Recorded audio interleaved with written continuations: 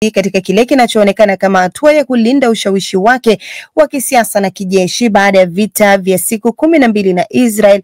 Iran imeanza kutekeleza adhabu kali kwa raia wake waliotuhumiwa kwa ujasusi. Nayo Marekani imetetea mashambulizi yake angani dhidi ya maeneo ya nyuklia, ikisema kuwa yamerudisha nyuma kabisa mipango yake ya kutengeneza silaha za nyuklia. Saleh Mwanamilongo na taarifa kamili. Leo hii Iran imewanyonga watu 3 katika gereza la Umria mkoani West Azerbaijan kwa tuhuma za kufanya ujasusi kwa niaba ya Israel na kuingiza nchini vifaa vya mauaji. Wafungwa hao waliotambulika kama Azad Shoajei, Idrisa Alai na Rasul Ahmed Rasul, raia wa Iraq, walikuwa kwenye orodha ya wale waliowahi kutajwa na shirika la Amnesty International kuwa wako hatarini kunyongwa bila haki ya rufaa.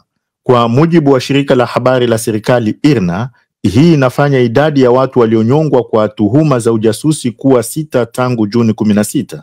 Wakati huo, bunge la Iran limepitisha hatua ya kusitisha ushirikiano na shirika la kimataifa la nishati ya atomiki IAEA, likilituhumu kwa kushindwa kulaani mashambulizi ya Marekani na Israel dhidi ya vituo vya nyuklia vya Iran. Spika wa bunge Mohamed Bagher Ghalibaf amesema kuwa ushirikiano wowote hautarejeshwa hadi usalama wa vituo hivyo utakapohakikishwa. Lakini kwa upande wa Marekani, Rais Donald Trump amesema leo Jumatano kwamba taarifa za ujasusi kufuatia mashambulizi kwenye maeneo ya nyuklia ya Iran hazikuwa na uhakika. Amesema mashambulizi hayo yameleta madhara makubwa zaidi kuliko inavyoripotiwa kwenye mitandao ya habari. Katika mkutano wa hadhara huko Ohio, makamu wa rais wa Marekani J.D. Vance alizungumza kuhusu kile alichokiita dhana ya Trump, akitolea mfano Iran kuwa ushahidi wa mafanikio ya mbinu hiyo. Ninachokiita dhana ya Trump ni rahisi sana. Kwanza, unaweka wazi maslahi ya Marekani, na katika kesi hii ni kwamba Iran haiwezi kuwa na silaha za nyuklia. Pili, unajaribu kwa nguvu na kidiplomasia kutatua tatizo hilo. Na tatu, ikiwa haliwezekani kutatuliwa kwa njia za kidiplomasia, unatumia nguvu kubwa za kijeshi kulitatua, kisha unajiondoa haraka kabla hali haijageuka kuwa vita vya muda mrefu. Hiyo ndio dhana ya Trump. Mkuu wa shirika la nyuklia la Umoja wa Mataifa Rafael Grossi amesema kipaumbele cha juu kwa wakaguzi wake ni kurejea katika vituo vya nyuklia vya Iran ili kutathmini athari za mashambulizi ya kijeshi ya hivi karibuni. Grossi amesisitiza kuwa mpango wa nyuklia wa Tehran unahitaji suluhisho la kidiplomasia.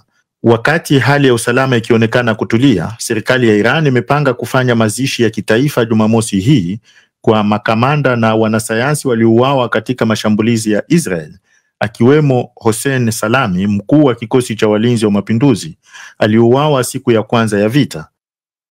Na msikilizaji, katika awamu hii ya matangazo tumekuandalia mjadala kama kawaida, na hii leo tutazungumzia maandamano yanayoendelea nchini Kenya ya Gen Z. Kwa hadi wakati wa msikilizaji, salia nasi. Tukirudi tena katika uchambuzi, wanajeshi 7 wa Israel wameuawa katika mlipuko uliosababishwa na bomu la kutegwa ndani ya gari lao huko Khan Yunis, kusini mwa ukanda wa Gaza. Katika tukio jingine, wanajeshi kadhaa wa Israel waliuliwa na wengine kujeruhiwa baada ya wanamgambo wa tawi la Hamas la Qassam Brigade kuwavamia kwenye jengo moja huko kusini mwa Gaza. Mengi zaidi anaarifu Saumu Mosimba. Matukio hayo mawili bado haijawa wazi ikiwa yanahusiana, ingawa ripoti za shirika la habari la AP zinaonyesha wanajeshi 7 waliouliwa Khan Yunis ni kutokana na mlipuko uliosababishwa na bomu la kutegwa kwenye gari lao la kijeshi, kwa mujibu wa maafisa wa Israel. Tukio hilo limeripotiwa kufanyika jana Jumanne, likitajwa kuwa shambulio baya zaidi dhidi ya wanajeshi wa Israel ndani ya Gaza. Huko Khan Yunis, mwanajeshi mmoja wa Israel alijeruhiwa vibaya baada ya kupigwa risasi. Waziri Mkuu Benjamin Netanyahu ameita siku ya leo Jumatano kuwa ngumu mno kwa Israel kufuatia mauaji hayo.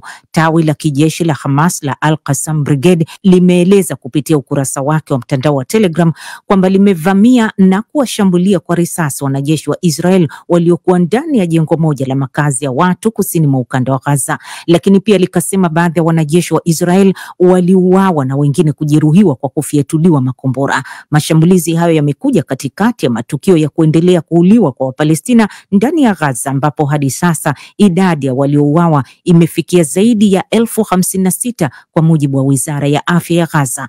Zaidi ya wanajeshi 860 wa Israel wameuliwa na Waisraeli 251 kutekwa nyara na Hamas tangu vita hivyo vilipoanza Oktoba 7 mwaka 2023.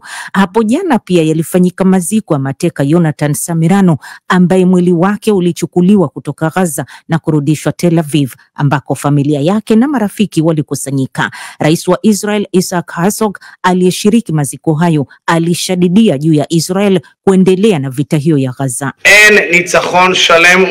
Hakuna mwisho wa ushindi kamili wa vita hivi hadi tutakaporudisha mateka wetu wote. Baadhi tuwarudishe makwao na wengine tuwape maziko ya heshima katika ardhi ya Israeli. Kutoka mahala hapa patukufu na kipindi hiki cha majonzi, natoa mwito kwa mateka wetu kwa kuambia nchi nzima inawahitaji nyumbani. Taifa halitochoka na halitoka kimya hadi nyote mtakaporejea nyumbani. Hivi leo afisa mmoja wa Palestina amesema wanajeshi wa Israel wamempiga risasi na kumuua mwanamke wa miaka 66 huko Jerusalem Mashariki. Afisa huyo amesema jeshi la Israel lilivamia kambi ya wakimbizi ya Shoafat usiku wa kuamkia leo na kumuua Zahia Obeidi na kisha kuondoka na mwili wake na kuikamata familia yake. Jeshi la polisi la Israel limesema linachunguza tukio hilo. Na muda mfupi uliopita kundi la Hamas limesema juhudi za kufikia makubaliano ya amani Gaza zimepamba moto, huku rais wa Marekani Donald Trump akisema anaamini hatua kubwa inapigwa kumaliza vita vya Gaza.